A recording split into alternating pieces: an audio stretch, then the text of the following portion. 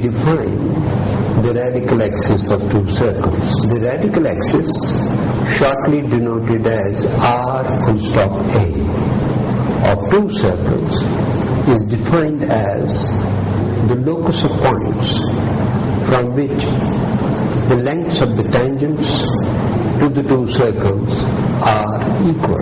Let S1E represent x squared plus y squared plus 2g1x plus 2f1y plus c1 equal to 0. That's number 1. And S2 represent x squared plus y squared plus 2g2x plus 2f2y plus c2 equal to 0. It's represented by 2. Be the two circles. Let Px1y1 be any point on the radical axis of the two circles. If PA and PB be the tangents to the two circles, then by definition PA is equal to PB.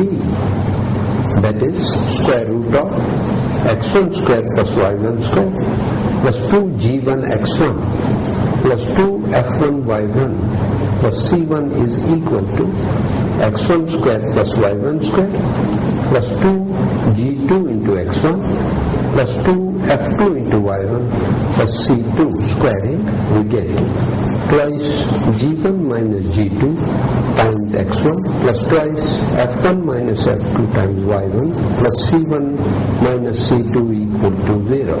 Therefore, locus of P is twice g1 minus g2 into x plus twice f1 minus f2 times y plus c1 minus c2 is equal to 0, which represents the radical axis of the two circles. That is, it is the collection of all points in the plane where from the tangents to the two circles are equal in length.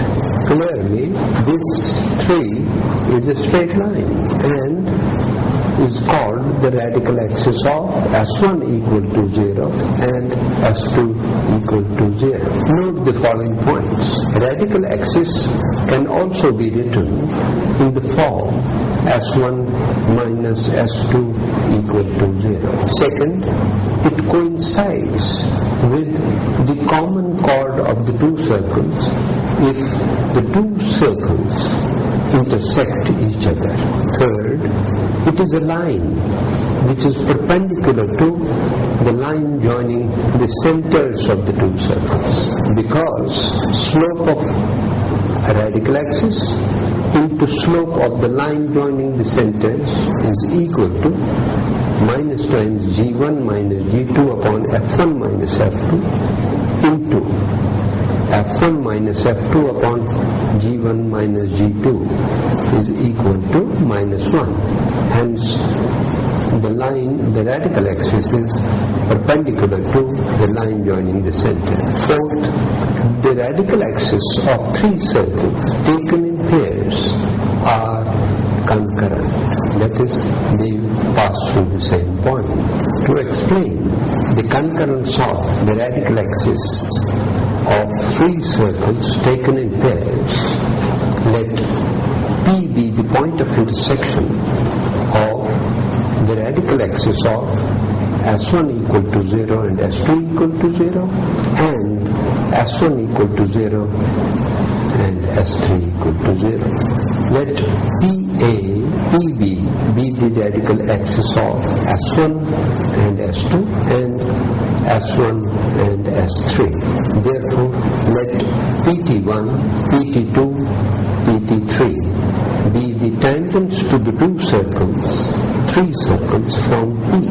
S1 equal to 0, S2 equal to 0 and S3 equal to 0. Now P lies on the radical axis of the circles S1 equal to 0 and S2 equal to 0. Therefore PT1 is equal to PT2 by the definition. Also P lies on the radical axis of the circles S1 equal to 0 and S3 equal to 0. That means PT1 is equal to PT3. From 1 and 2 we obtain PT2 is equal to PT3. Therefore P lies on the radical axis of the circles, S2 equal to 0 and S3 equal to 0.